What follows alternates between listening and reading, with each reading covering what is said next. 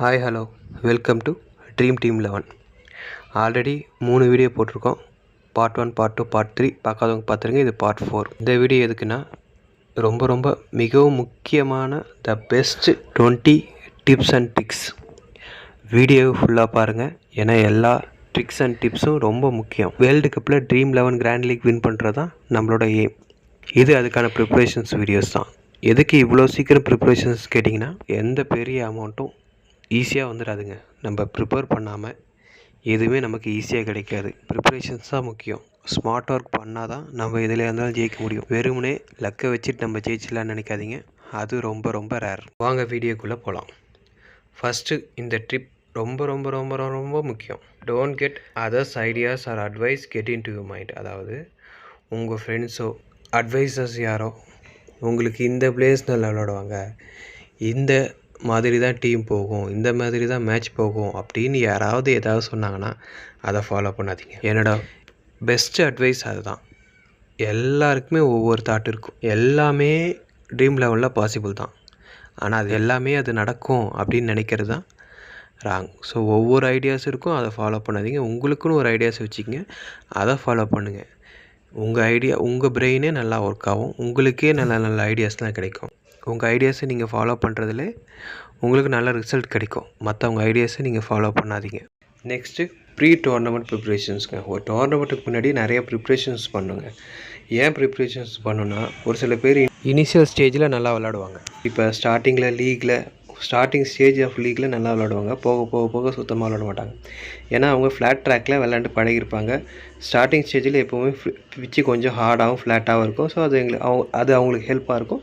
அதெல்லாம் நல்லா விளாடுவாங்க. நெக்ஸ்ட்டு நம்ம பார்க்க போகிறது ஒரு டீமோட ஸ்ட்ரென்த்து, ஒரு டீமோட வீக்னஸ் பார்க்கணும். ஒவ்வொரு டீமுக்கும் ஒவ்வொரு ஸ்ட்ரென்த் இருக்கும். இப்போ பங்களாதேஷ் பார்த்தீங்கன்னா ஸ்பின்னை நல்லா விளாடுவாங்க, ஆனால் ஃபாஸ்ட் பாலுக்கு அவங்களுக்கு பிரச்சனையாக இருக்கும்.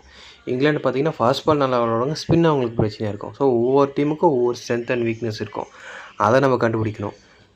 அதே மாதிரி நான் ஏற்கனவே சொன்ன மாதிரி ஒவ்வொருட பிளேயரோட வீக்னஸ் அண்ட் ஸ்ட்ரென்த்தை பற்றி தெரிஞ்சுக்கணும். ஸ்டாட்ஸ் எடுத்து வச்சுக்கணும். ஒரு டோர்னமெண்ட்டுக்கு முன்னாடி நம்ம நிறைய ப்ரிப்ரேஷன்ஸ் பண்ண வேண்டியது இருக்குது. அந்த ப்ரிப்ரேஷன்ஸ் எல்லாமே ரொம்ப முக்கியம். இப்போ சின்ன டீம்ஸ்லாம் நிறையா T20 வேர்ல்டு கப்பில் வரப்போகுது. அவங்கள பற்றின டீட்டெயில்ஸ் தெரியாமல் ப்ளே பண்ணுறது கொஞ்சம் ரிஸ்கி தான். அது நமக்கு பெனிஃபிட்ஸ் தராது. ஸோ அவங்கள பற்றின டீட்டெயில்ஸும் தெரிஞ்சுக்க போகிறோம். அதுக்கேற்ற மாதிரி டீம் மேக் பண்ண போகிறோம். ஸோ ப்ரீ டோர்னமெண்ட் ப்ரிப்ரேஷன்ஸ் ரொம்ப முக்கியம். ப்ரீ மேட்ச் ப்ரிப்ரேஷன்ஸ்னால் என்னென்ன பண்ணணும்னா, ஒரு மேட்ச்சுக்கு முன்னாடி என்னென்ன பண்ணணும், அன்றைக்கி மேட்ச் ஈவினிங்னா மார்னிங்லேருந்து என்னென்ன பண்ணணும், மேட்ச் எப்படி போகுன்ற ஐடியாஸை நம்ம கலெக்ட் பண்ணி வச்சுக்கணும். இன்றைக்கி மேட்ச் எப்படி போகும் அப்படின்ட்டு நம்ம ஒரு ஐடியாஸை கலெக்ட் பண்ணிக்கிட்டு, யார் நல்லா ப்ளே பண்ணுவா, இதுக்கு முன்னாடி ப்ரீவியஸாக ஏதாவது ஒரு பேட்டர்ன் ஃபாலோ இருக்கா, பேட்டர்னை பற்றின வீடியோஸ் இருக்குது, அதை நீங்கள் பார்க்காதவங்க பார்த்துங்க. பார்ட் 2. அதாவது அந்த பேட்டர்ன் எப்படி போகும், டோர்னமெண்ட் எப்படி போகும், பிச்சு எப்படி ப்ளே ஆகும், யார் வின் பண்ணுவா, வெதர் என்ன ஆகும், பிளேயர் யார் இன்றைக்கி விளையாடுவா, யார் விளையாட மாட்டாங்க, அவங்களோட ஸ்ட்ரென்த் அண்ட் வீக்னஸ் என்ன, எந்த மாதிரி பிச்சு இன்றைக்கி விளையாடும், எப்படி மேட்ச் போகும் எப்படின்ற ஐடியாஸை கண்டிப்பாக மேட்ச்சுக்கு முன்னாடி நம்ம ரெடி பண்ணி வச்சுக்கணும். அது ரொம்ப முக்கியம். மேட்ச்சுக்கு முன்னாடி இந்த ஐடியாஸ்லாம் நம்ம வச்சுருந்தா தான் நம்ம எப்படி கேம் அணுகிறதுன்ட்டு நமக்கு ஒரு கிளாரிட்டி கிடைக்கும். Next just before match time, அதாவது அப்படின்னா இந்த பிச் ரிப்போர்ட்லாம் சொல்லிவிடுவாங்க பாருங்க டாஸ் போடுறதுக்கு முன்னாடி. அப்போ என்னென்ன பண்ணணும்னா, அந்த பிச்சை பற்றின ப்ரிப்ரேஷன்ஸ், அவங்க பிச்சு ரிப்போர்ட் சொன்னாலும் நம்ம பிச்சை பார்க்கும்போது நமக்கு எப்படி தெரியுது, கிராஸ் இருக்கா, வேறு ஏதாவது சைஸ் டிஃபர் ஆகுதா, பிச்சோட சைஸ் எப்படி, பிச்சோட சைஸ் ரொம்ப முக்கியம். ஒரு பிச்சு லென்த்தாக, அதாவது ஒரு ஆவரேஜாக சொன்னால் ஒரு 70 மீட்டர்ஸ்க்கு மேலே இருக்குன்னா அப்போ அது கொஞ்சம் பெரிய பிச். அப்போ இருக்கும்போது அந்தமாரி பிச்செலாம் ஹை ஸ்கோர்லாம் போகாது, ஓரளவு ஆவரேஜ் ஸ்கோர் தான் இருக்கும். இப்போ லாஸ்ட் சீசன் பார்த்தீங்கன்னா பெங்களூரில் ஹை ஸ்கோர் போயிட்டுருந்துச்சி. இந்த சீசனில் ஏன் போகலைன்னா, பெங்களூரோட பிச்சு சைஸை கொஞ்சம் பெருசாகிட்டாங்க. அதுவே நீங்கள் டெல்லி பார்த்தீங்கன்னா லாஸ்ட் சீசனில் இருந்த பிச்சை விட இந்த சீசனில் பிச்சை கொஞ்சம் சைஸ் கம்மி பண்ணி வச்சுருக்காங்க. ஸோ அதனால் டெல்லியில் ஹை ஸ்கோர் வந்துட்டுருக்கு. ஸோ பிச்சு சைஸ் ரொம்ப முக்கியம். இந்த சீசனில் நிறையா மேட்ச்சில் பிச் சைஸை கொஞ்சம் ரெடியூஸ் பண்ணி தான் வச்சுருக்காங்க.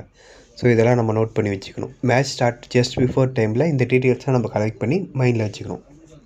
நெக்ஸ்ட்டு ஆஃப்டர் டாஸ் போட்ட அப்புறம் நம்ம என்னென்ன பண்ணணும்னு பார்த்துக்கணும். இப்போ டாஸ் போட்டால் எந்த டீம் டாஸ் ஃபேக்டரை வச்சு ஏதாவது டீம் வின் பண்ணுமா அப்படின்றத நம்ம பார்க்கணும். இப்போ சப்போஸ் டியூ இருந்துச்சுன்னா செகண்ட் பேட்டிங் பண்ணுற டீம் வின் பண்ணுறதுக்கான வாய்ப்பு அதிகமாக இருக்குது. ஸோ டாஸ் ஒரு மேஜர் ஃபேக்டர். அப்போ பிச்சில் ஏதாவது மழை பெய்யுமா, அப்போ இனிஷியலாக வர ஸ்டார்டிங்கில் வர பேட்ஸ்மேனுக்கு அவங்களுக்கு டேஞ்சராக இருக்கும். அப்போ இனிஷியலில் கொஞ்சம் விக்கெட் விடும். ஸோ டாஸ் போட்ட அப்புறம் நம்ம என்னென்ன பண்ணணும் அப்படின்றத டிசைட் பண்ணி வச்சுக்கணும். நெக்ஸ்ட்டு பார்த்தீங்கன்னா 6th பாயிண்ட் பார்த்தீங்கன்னா டோன்ட் வாட்ச் ப்ரீ கமெண்டரி. அதாவது இந்த கமெண்டரியில் மேட்சுக்கு முன்னாடி சொல்லிகிட்டு இருப்பாங்க பார்த்தீங்களா ஒரு சில விஷயங்கள். இன்றைக்கி பேட்டிங் ட்ராக்கு, இன்றைக்கி பேட்டிங் ட்ராக்கு, இன்றைக்கி இந்த பிளேயர் நல்லா விளாடுவாங்க, இன்றைக்கி இந்த பிளேயர் நல்லா விளாட மாட்டாங்க, இவரோட ஸ்டாட்ஸ் இப்படி இருக்குது, இவரோட ஸ்டாட்ஸ் இப்படி இருக்குன்னு சொல்லுவாங்க தெரியுமா. அதெல்லாம் நீங்கள் எதுவுமே ஃபாலோ பண்ணாதீங்க. அவங்களுக்கு ரொம்ப பிடிச்ச பிளேயரை பற்றி பேசிகிட்டு இருப்பாங்க. அவங்க சொல்கிற இன்றைக்கி இவங்க விளாடுவாங்க இவங்க விளாட மாட்டாங்கன்னு சொல்கிறது அது நம்ம மைண்டை ரொம்ப இம்பேக்ட் பண்ணும். அது நம்ம டீம் போடும்போது அப்படியே ரிஃப்ளெக்ட் ஆகும். பொதுவாக சொன்னால் யாரோட அட்வைஸும் நீங்கள் ஃபாலோ பண்ணாதீங்க. யார் என்ன சொன்னாலும் அதில் நீங்கள் காதில் வாங்காமல் உங்கள் இமேஜினேஷன்ஸ் உங்கள் ஐடியாஸுக்கு ஏற்ற மாதிரி டீம் மேக் பண்ணுங்கள். நெக்ஸ்ட்டு நம்ம பார்க்க போகிறது காம்பினேஷன்ஸ், அதாவது ரேஷியோ ஆஃப் பிளேயர்ஸ். பொதுவாக பார்த்தீங்கன்னா 7:4 தான் இருப்பாங்க. அதாவது வின்னிங் டீமில் 7 பேரும் லூசிங் டீமில் 4 பேர் இருப்பாங்க. இது நிறையா வாட்டி ட்ரீம் டீமில் வர ஒரு ரேஷியோ. இப்போ இது இல்லாமல் 6க்கு 5 பேர் இருப்பாங்க. 6 பேர் வின்னிங் டீமில் இருந்தால் 5 பேர் லூசிங் டீமில் இருப்பாங்க. ரொம்ப ரேராக இந்தமாரி ஒரு விஷயங்களும் நடக்கும். 5:6, அதாவது வின்னிங் டீமில் 5 பேரும் லூசிங் டீமில் 6 பேர் இருப்பாங்க. ஸோ இந்த காம்பினேஷன்ஸ் மாறிக்கிட்டே இருக்கும். இந்த காம்பினேஷன்ஸை நம்ம கரெக்டாக போடணும். ஒன்ஸ் நம்ம வின்னிங் டீம் டிசைட் பண்ணிட்டோம், பிச்சு எப்படி போகும்னு தெரிஞ்சு போச்சு, யார் வின் பண்ணுவாங்க அப்படின்றதெல்லாம் டீட்டெயில்ஸ்லாம் நம்ம கலெக்ட் பண்ணிட்டோன்னா நெக்ஸ்ட்டு நம்ம ஈஸியாக காம்பினேஷன்ஸை போட்டுடலாம். அதேமாரி விக்கெட் கீப்பர், எவ்வளோ பேட்டர்ஸ், எவ்வளோ ஆல்ரவுண்டர்ஸ் இருப்பாங்க, பவுலிங் எவ்வளோ பவுலர்ஸ் இருப்பார், அந்த ரேஷியோஸும் நம்ம கரெக்டாக போடணும். அந்த காம்பினேஷன்ஸும் நம்ம கரெக்டாக ஃபைன் பண்ணணும். இப்போ சப்போஸ் பால் நல்லா ஸ்விங் ஆகுது, பிச்சு நல்லா பவுலர்ஸ்க்கு ஹெல்ப் பண்ணுதுன்னா பவுலர்ஸ் விக்கெட் எடுப்பாங்க. அட் த சேம் டைம் கீப்பர்ஸும் கேச்சஸ் பிடிப்பாங்க. அதையும் நீங்கள் நோட் பண்ணிக்கணும். நெக்ஸ்ட்டு இன்னொரு விஷயம் பார்த்தீங்கன்னா, இப்போ பேட்டிங் பிச்சாக இருந்தால் பேட்டர்ஸ் நல்லா சப்போர்ட் பண்ணும். செகண்ட் இன்னிங்ஸ்லேயும் பேட்டர்ஸ் சப்போர்ட் பண்ணுதுன்னா அப்போ 2 இன்னிங்ஸும் பேட்டர்ஸ் எடுத்துக்கணும். ஸோ இந்த காம்பினேஷன்ஸும் நம்ம ஃபைன் பண்ணிக்கணும். இப்போ ஓரளவு இந்த லாங் பிச்சு பெரிய பிச்சாக இருக்குது அப்படின்னா அந்த டைமில் ஆல்ரவுண்டர்ஸ் நல்லா பர்ஃபார்ம் பண்ணுவாங்க. ஏன்னா அவங்க ஓரளவு 20-30 ரன்ஸும் அடிச்சிடுவாங்க. வேரியேஷன் கொடுத்து பவுலிங் போட்டால் கொஞ்சம் விக்கெட்ஸும் எடுப்பாங்க. அந்தமாரி டைமில் ஆல்ரவுண்டர்ஸ்க்கு ஓரளவு எடுத்துக்க வேண்டியதான். ஸோ இந்தமாரி நம்ம காம்பினேஷன்ஸ் எப்படி இருக்குது அப்படின்றத மேட்சுக்கு முன்னாடி நம்ம டிசைட் பண்ணி அந்த காம்பினேஷன்ஸ்க்கு ஏற்ற மாதிரி டீம் மேக் பண்ணோம். Next don't go with out of form players. அதாவது ஒரு அவுட் ஆஃப் ஃபார்ம் பிளேயர்ஸ் இருக்காங்கன்னா, எத்தனை பிளேயர்ஸ், ஒரு 4 பிளேயர்ஸ் இருக்காங்கன்னா 4 பிளேயர்ஸையும் எடுத்து வச்சுருக்காதீங்க. ரேராக ஒரு பிளேயர் எடுத்துக்கங்க, அதுவே ரொம்ப அதிகம். அவுட் ஆஃப் ஃபார்ம் பிளேயர்ஸை நம்பி போகாதீங்க. அவுட் ஆஃப் ஃபார்ம் பிளேயர்ஸும் தனியாக இருப்பாங்க, புது பிளேயர்ஸும் தனியாக இருப்பாங்க. அவங்கள பற்றின ஐடியாஸ் இல்லைன்னா அவங்கள எடுக்கிறது வேறு, புது பிளேயர்ஸை எடுக்கிறது வேறு. அவுட் ஆஃப் ஃபார்ம் பிளேயர்ஸ்னால் அவங்க ஃபார்ம்லேயே இருக்க மாட்டாங்க. அவங்க ஒரு 4 பேர் இருக்காங்கன்னா ஒருத்தவங்களை எடுத்துக்கங்க ரேராக. சம்டைம்ஸ் 2 பேர் எடுத்துக்கலாம். அவுட் ஆஃப் ஃபார்ம் பிளேயர்ஸ் நம்பி டீம் போடாதீங்க. இன்னொரு விஷயம் என்னென்னா, இப்போ ஒரு 4 ஃபார்ம் பிளேயர்ஸ் நல்லா விளையாண்டுக்கிட்டே இருக்காங்கன்னா அவங்க பேட்டர்னை ஃபாலோ பண்ணி அதில் ஒரு 2 பிளேயர் எடுத்துக்கலாம், 3 பிளேயர் எடுத்துக்கலாம். ஆனால் ஃபார்ம் பிளேயர்ஸை மிஸ் பண்ணாதீங்க. அவங்க பேட்டர்ன் மிஸ் ஆகுதுன்னா ஒரு பிளேயரை மிஸ் பண்ணுங்கள். மற்றபடி நல்லா இருக்க ஃபார்மில் இருக்க பிளேயரை அவங்க பேட்டர்னை ஃபாலோ பண்ணி டீமில் சூஸ் பண்ணிக்கோங்க. நெக்ஸ்ட்டு அதேமாரி லோ பிக் பிளேயர்ஸ் ரொம்ப ரொம்ப முக்கியம். ஒரு பிளேயரை கம்மியாக எடுத்திருக்காங்கன்னா அவங்கள நம்ம கண்டிப்பாக வாட்ச் பண்ணணும். அவங்கள டீமில் எடுக்கிறதுக்கான முயற்சி பண்ணணும். ஒரு டீமில் மேக்ஸிமம் 4லேருந்து 5 லோ பிக் பிளேயர்ஸ் இருப்பாங்க. லோ பிக்னால் 30, அதாவது 40% கீழே எடுத்திருக்கவங்க எல்லாருமே லோ பிக்னு நம்ம எடுத்துக்கலாம். அந்த லோ பிக் பிளேயர்ஸு கண்டிப்பாக நம்ம எடுத்துக்கணும். அவங்க தான் நம்ம கேமையே சேஞ்ச் பண்ணுவாங்க. சம்டைம்ஸ் லோ பிக் பிளேயர்ஸு கேப்டனாவோ வைஸ் கேப்டனாவோ கூட வாய்ப்பு இருக்குது, அவங்களே எடுக்க பாருங்கள். அதேமாரி லோ பிக் பிளேயர்ஸ் எங்கேருந்து அதிகமாக வருவாங்கன்னா லூசிங் டீம்லேருந்து தான் வருவாங்க. லூசிங் டீம் பவுலிங் போடுறாங்கன்னா லோ பிக் பவுலர்ஸ் வருவாங்க. இதுவே ஸ்டார்டிங்கில் அவங்க பேட்டிங் பண்ணுறாங்கன்னா லோ பிக் பேட்டர்ஸ் வருவாங்க. இது அடிக்கடி நடக்கிற ஒன்று. இதையும் நீங்கள் நல்லா நோட் பண்ணிக்கிட்டு டீம் மேக் பண்ணணும். நெக்ஸ்ட் நம்ம பார்க்க போகிறது don't go for high pick captains. அதாவது ஒரு கேப்டனை நிறையா பேர் பிக் பண்ணி வச்சுருப்பாங்க. சேம் கேப்டனை 10%, 20%, 30% பிக் பண்ணி வச்சுருப்பாங்க.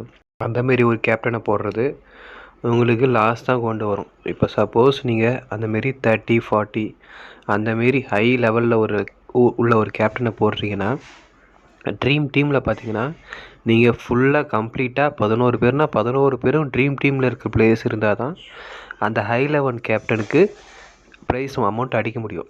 அப்படி இல்லாத பட்சத்தில் கண்டிப்பாக அதில் ப்ரைஸ் அடிக்காது, உங்களுக்கு லாஸ் தான் ஆகும். ஹை லெவல் கேப்டனை நீங்கள் சூஸ் பண்ணி அவர் அன்றைக்கி கேப்டனாக இருந்தார்னா நீங்கள் அன்றைக்கி ட்ரீம் டீம் போட்டால் தான் உங்களால் வின் பண்ண முடியும்.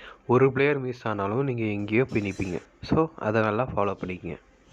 நெக்ஸ்ட்டு 11th பாயிண்ட் பார்த்தீங்கன்னா, என்ன டைப் ஆஃப் விக்கெட், அதாவது போல்டா இல்லை கேட்ச் ஆறு அந்தமாரி வேறு ஏதாவது வேரியேஷன் டைப் ஆஃப் விக்கெட்ஸ் விடுதான்னு நம்ம கெஸ் பண்ணணும். இது கெஸ் பண்ணுறது ரொம்ப ரேராக இருந்தாலும் ஓரளவு நம்ம கெஸ் பண்ணலாம்.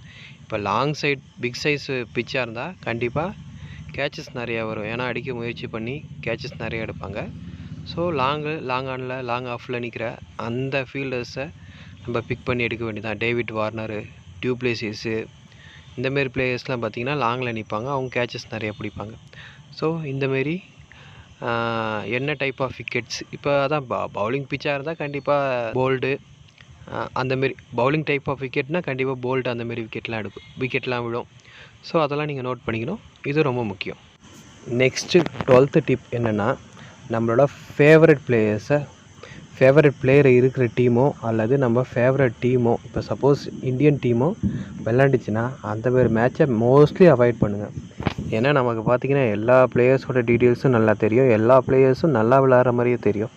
ஸோ யாரை பிக் பண்ணுறதுன்னு நமக்கு கன்ஃபியூஷனில் இருக்கும். இன்னொன்று என்னென்னா, இப்போ நம்ம ஃபேவரட் பிளேயர் இருக்காருன்னா என்ன தான் அவர் அன்றைக்கி விளையாட மாட்டாருன்னு நம்மளுக்கு தோணினாலும் நம்ம ஃபேவரட் பிளேயரை நம்ம விட்டு கொடுக்க மாட்டோம்.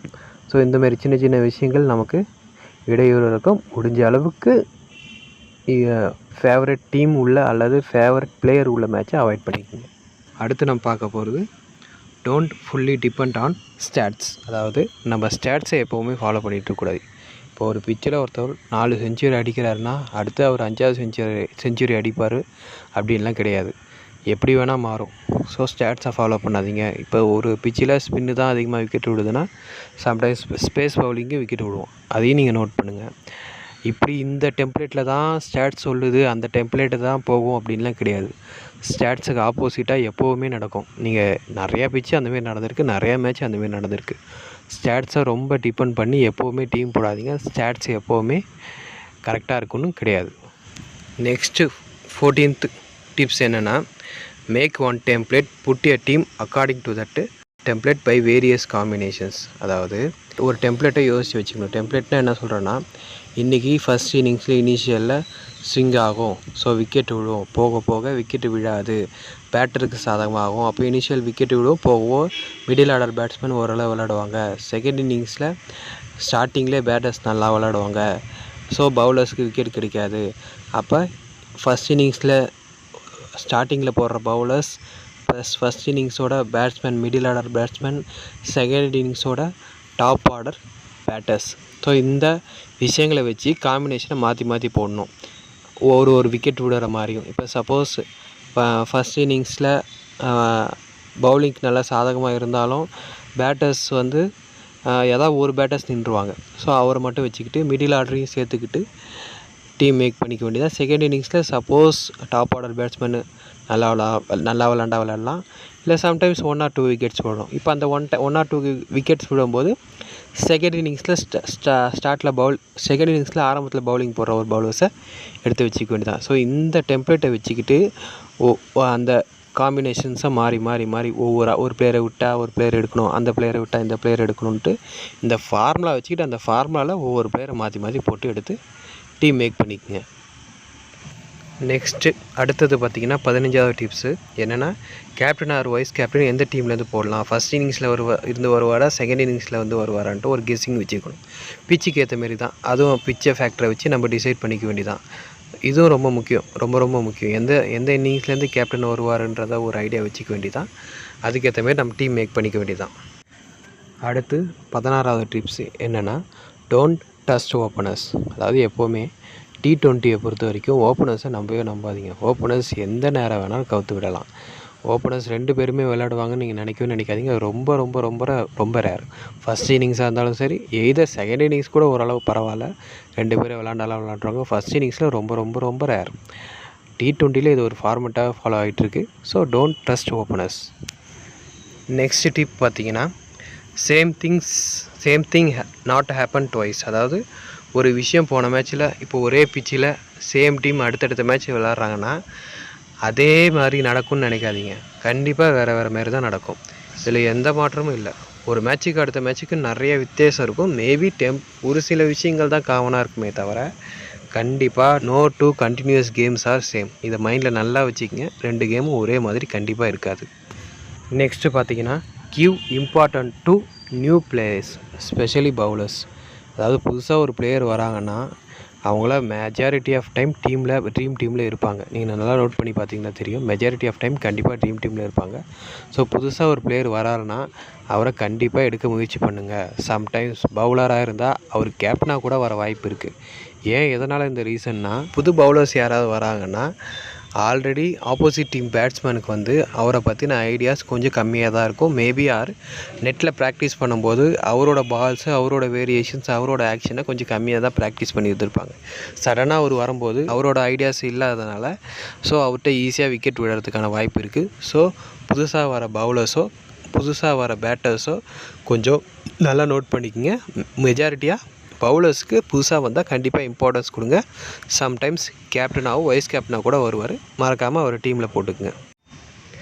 நெக்ஸ்ட்டு 19th டிப் பார்த்தீங்கன்னா, ரிஸ்க்குங்க. ரிஸ்க் எடுக்காமல் ட்ரீம் டீம் ஜெயிக்கலான்னு நீங்கள் நினச்சிங்கன்னா அதுக்கு வாய்ப்பே கிடையாது. நீங்கள் கண்டிப்பாக ரிஸ்க் எடுக்கணும். ரிஸ்க் இல்லாமல் எதுவுமே வராது. சேஃபாக விளாண்டா நீங்கள் சேஃபாக உங்கள் 49 rupees மட்டும்தான் திரும்ப திரும்ப கிடச்சிக்கிட்டே இருக்கும். உங்களுக்கு கண்டிப்பாக ட்ரீம் டீமில் வின் பண்ணணுன்னா நீங்கள் கண்டிப்பாக ரிஸ்க் எடுக்கணும்.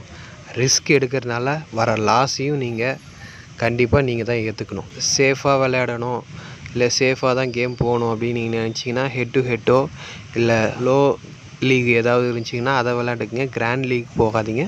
அதில் கிராண்ட் லீக்கில் நீங்கள் ரிஸ்க் எடுத்தால் மட்டுமே தான் உங்களுக்கு வின் பண்ணுறதுக்கான வாய்ப்பு இருக்குது. லாஸ்ட் அண்டு முக்கியமான ஒரு பாயிண்ட், லக்கு. நீங்கள் என்ன பெரிய டீம் போட்டாலும், நீங்கள் எவ்வளோ ப்ரிப்பரேஷன்ஸ் பண்ணாலும், நீங்கள் எவ்வளோ நேரம் ட்ரீம் டீம்லேயே செலவு பண்ணாலும், நீங்கள் என்ன மைண்டை வச்சுருந்தாலும், உங்களுக்கு கிரிக்கெட் நாலேஜ் அதிகமாக இருந்தாலும், உங்களுக்கு கிரிக்கெட்டை பற்றி எல்லாமே தெரிஞ்சிருந்தாலும், உங்களுக்கு ட்ரீம் 11 பற்றி எல்லாமே தெரிஞ்சிருந்தாலும் லக்கு ஒன்று வேணுங்க. லக்கு இல்லாமல் உங்களால் ட்ரீம் 11 கிராண்ட் லீக் வின் பண்ண வாய்ப்பே கிடையாது.